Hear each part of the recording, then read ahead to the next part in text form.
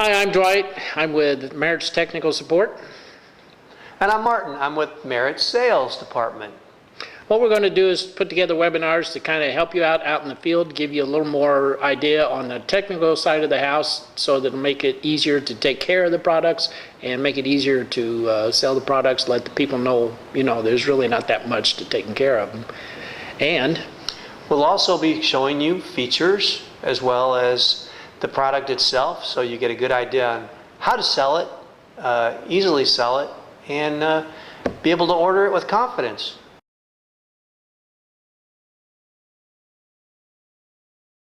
Hi, I'm Martin. I'm with Merit's USA, and I'm here to show you the S731 Roadster Deluxe. This is the heaviest part. It contains the motor, less than 25 pounds. This is the deck. The deck and the motor go together relatively easy. Slip it into the slots and it clicks. Comes with a mecha lock system, so you can adjust the tiller with just a touch of a lever instead of having a button down here that you have to turn, which a lot of people have a hard time doing. Also, this is the battery pack. Battery pack slips in. Very simple. No wires. Fits in. Fits in tightly. There's charger on the battery. There's also a charge on the tiller. This is something that the customers were really adamant about because they don't like to have to bend down to be able to charge the unit. So this is something that we put on just for you. The tiller itself has a headlight, horn, speed control, and switch. Also has a battery indicator so you can tell when it's time to come back.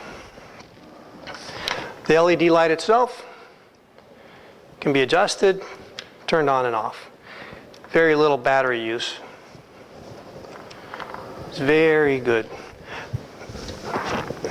The seat, one of the most important parts.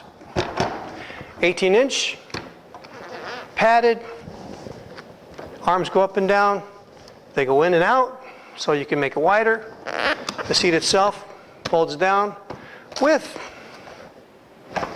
pocket in the back so you can put the charger in there or anything else that you might need. Speaking of storage, there's also a basket, heavy-duty basket, bendable, big enough for groceries or a small dog. Again, this is the Roadster Deluxe S731 by Merit's. Points to remember, this portable scooter has many upgraded features like the mecha lock tiller adjuster and tiller charging port that all come standard on this unit. With the heaviest piece at less than 25 pounds and a total weight of 99 pounds, it is easy to store and go. The Roadster Deluxe will hold a maximum weight capacity of 260 pounds, and it is capable of traveling up to 8 miles on a single charge. With 19 modifications made by user and dealer suggestions, Merit's Roadster Deluxe is a great little feature-rich scooter at a terrific price. So that is the S731 Roadster Deluxe. Thank you. Now to Dwight with Tech Talk. hi, I'm Dwight Crostreet. I'm the Tech Support Supervisor here at Merit's USA in Cape Coral, Florida. Some of you I already know, some of you I don't. If you need to get a hold of us for any reason, whatever, give us a call at 1-800-963-7487, extension 103, and that'll put you right into the tech queue. You can also email us. You can email Rohan at rsmith@meritsusa.com. You can get a hold of Excel at avader@meritsusa.com, or you can get a hold of myself at Crostreet@meritsusa.com. What we're going to do is try to put together some videos here to help you out in the field, to kind of give you an idea how to set up the product, a little bit of troubleshooting on it, and hopefully show you how to get the best out of the product. And this will help to give the end user the best product experience that they can have. I'm not going to go to, the videos will also be available on our website. Just give us a day or so to get them uploaded and get them on all the pointers pointed at them. I'm not going to go through all the specifications of the products. You can get that either on our website, out of our catalogs, out of the slicks, or even through the product videos on the ones that we have the product videos on. Let's get started. If you run into anything where you need a video to actually show you like how to put something together, or you're having issues trying to troubleshoot something or something of that nature, just let us know and we'll try to put together a video and either put it up on the website, or if it's a short enough video, we can email it to you. Today we're going to take a look at our line of beds, kind of show you what they're all about, what the differences are between them, and how to set them up, and a little bit of basic troubleshooting on them. So let's get going. This is our B320 full electric bariatric bed. In a full electric bed, 3 sections of the bed are motorized. The head section can be raised or lowered by the motor. The foot section can be raised or lowered by a motor. And the height of the bed can be raised or lowered by the action of a motor. On a semi-electric bed, only the head section and the foot section can be raised or lowered by a motor. The height of the bed can be changed by a manual hand crank on the footboard. Today we're going to take a more in-depth look at our B211 semi-electric bed. Take a look at the operation, the unboxing, the assembly, and some troubleshooting hints on the unit. Let's take a look at how the hand control or the hand pendant works. If you press the top button underneath the picture of the head section, the head section will go up.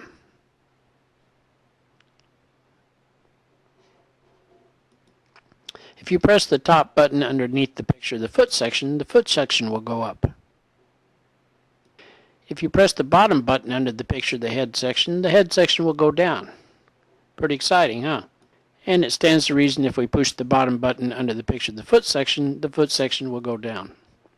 If we push the top middle button, the head and the foot section both will go up.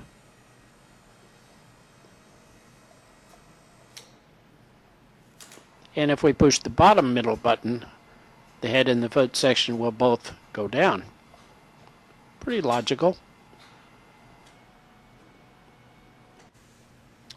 Your B211 will be shipped in 2 boxes. The first box will have the head and foot section in it.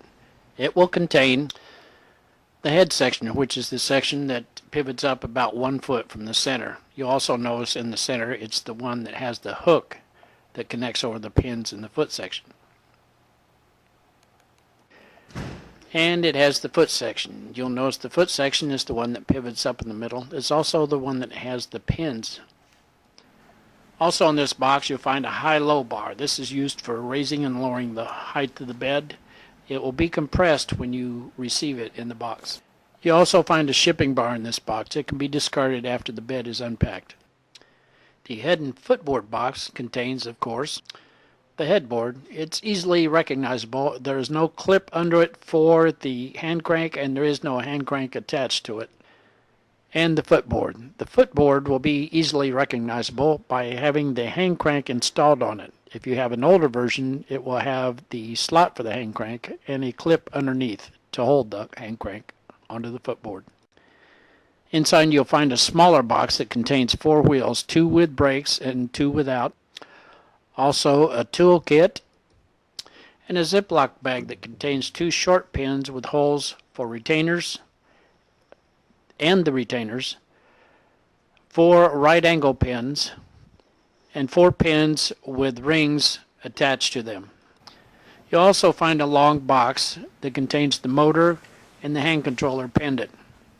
Even though it's called a 1-motor bed, there are actually 2 motors inside a 1-piece unit that contains the motors and the controller. If you'll open up the head section and the foot section and lay them on their side, it'll make them much easier to work with. When putting together the B211, you'll notice if you have the head section and the foot section in a 90-degree or greater angle, it is hard to get the hooks over the pins. But if you move it in to where the other ends are closer to each other and the angle is less than 90 degrees, then all you have to do is just push down slightly on the hook and it will go right over the pin. Once you've reached that point, all you have to do is straighten the bed out and it'll be ready to put the head and foot boards on it. Next, with the head and foot section straight, where they overlap each other, insert one of the 3/4 inch pins into the hole. Next, take one of the retainer keys and insert it into the hole on the other side of the pin and snap it into place. We are now ready to connect the springs. Lift up on the foot section to release the tension. Then take the hooks from the head section and hook them into the loops in the foot section.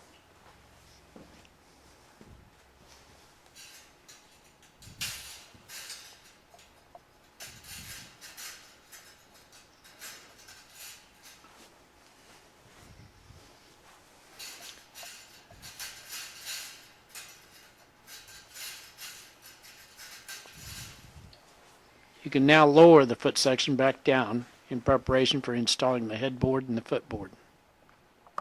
We're now ready to install the headboard and the footboard onto the frame. We'll start with the foot section. Lift the foot in the frame and position the footboard at an angle so that the bottom pin is directly under the bottom hook of the frame. With the bottom pin in place, tilt the top of the footboard toward the center of the bed. Top and the bottom hook should now drop into place. Repeat essentially the same procedure for the headboard. Make sure that you lift at the bottom of the frame instead of the upper spring frame, as if you lift on the spring frame, it'll lift off the bottom frame, will not lift the whole bed.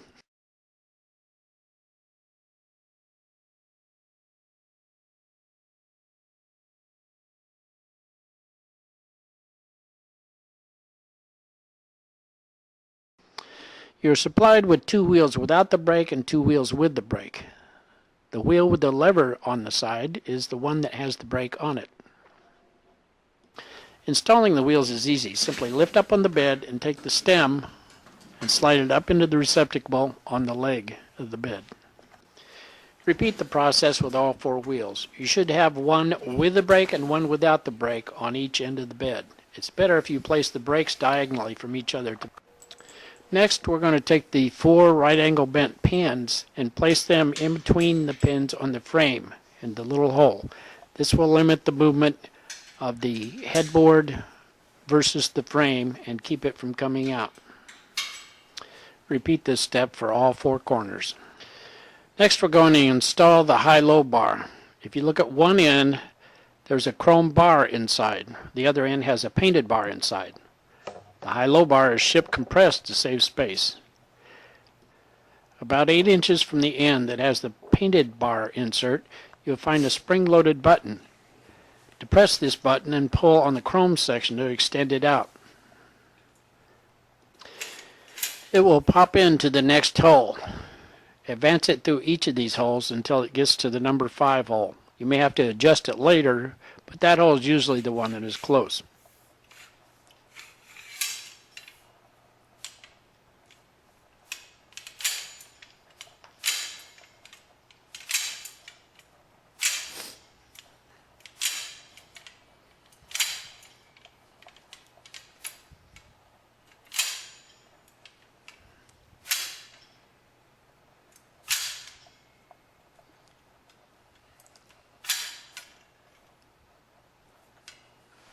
Underneath the headboard, you'll find a little gearbox with a shaft sticking out with a pin through it. Take the end of the high-low bar and slide the slots over that pin.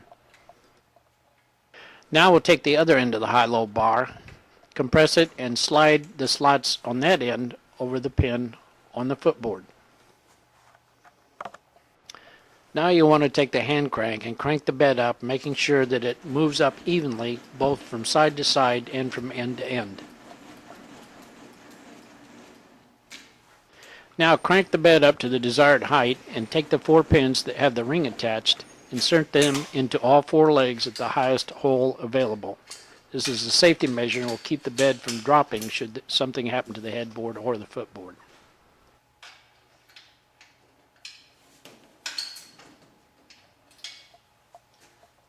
We're now ready to install the mattress. If you look on each end of the spring frame, you'll find what appears to be a handle.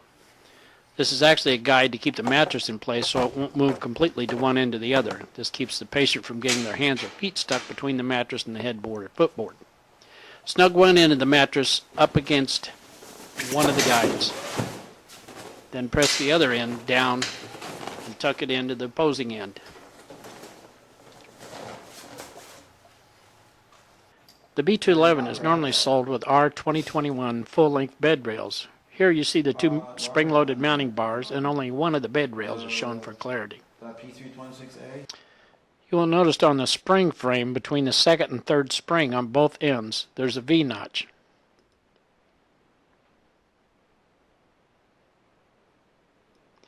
With the knob down and facing the center, slide one of the chrome sections into the notch on the other side of the bed, compress the rod, and insert the other one into the notch on this side.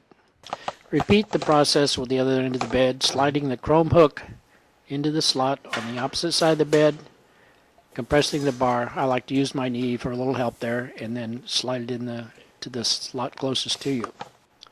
Now it's just a matter of extending the rail out and inserting it in the receivers on both ends. Pull the knob towards the center and adjust the rail to the desired height on both ends. As you have seen, the B211 is a fairly simple bed, not really a lot to go wrong, but if something does go wrong, let's take a look at what we can check to find out what caused it. Make sure you have the motor installed so that the motors are pointing away from the bed. There are also symbols embossed on the ends of the motor showing which end is the head and which section is the foot section. If installed incorrectly, it could damage the motor. If you look on the motor, you'll see a connection for a 9-volt battery. Should the motor get stuck in the up position, the battery should give you just enough power to get the sections back down again.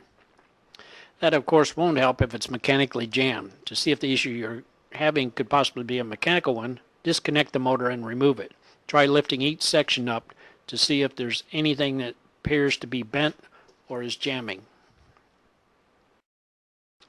Through the years, there have been improvements made to the motor and the hand controller pendant. Unless you have an older motor and pendant, it shouldn't be of any concern, but should you somehow end up with a mix of old and new units, here's what to look for. If you have the correct motor and pendant, the cord should lay across the motor when plugged in. If you look at the plug, there's a little dimple on one side. That should be on the same side as the cord on the new units.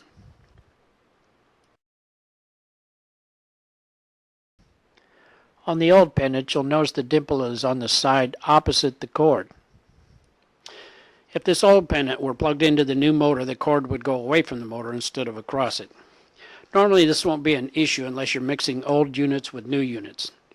When we send out a warranty, we will send out both the pendant and the motor, so it won't be an issue there. If either section doesn't work, try swapping pendants to see if that's the problem. If neither section works, you might also check to see if you have power at the outlet by plugging a known working light or another appliance into the outlet and trying it. If it still appears that the issue is either the motor or the pendant and the unit is under warranty, give us a call and we'll send them both out to you. So there you have it, the B211 semi-electric bed, one of our star performers. You see here a B320 bariatric bed. We'll have videos online to show you how to set up and troubleshoot them also. If you were hesitating carrying bed lines, you can see the beds are not all that difficult to put together and take care of. Future webinars will cover power chairs and scooters. We'll show you how to use the handheld programmers to set them up, and we'll show you how to troubleshoot them. We'll also show you how to set up and adjust our manual lines of chairs and walkers and the patient aids. So there you go. If you folks have anything out there that you want to see in particular, just let us know and we'll try to put together a video and put it on either the webinar or we'll send it directly out to you and make it available on the website also. So there's a lot of ways we can get the videos out to you. If you really need something out there, just let us know. These webinars are for your benefit, so please let us know what you'd like to see. If you think that it would be better for us to put out there? Yeah, what he said. Yes, what I said. Or anything that you need. These webinars are for you. So please let us know if there's anything that you'd like to know. We want questions from this particular webinar. We'll answer them on our very next one so that we can give you all the answers that you need. Hopefully we're able to do a good job and answer all the questions before then. But if there's anything that you need, let us know.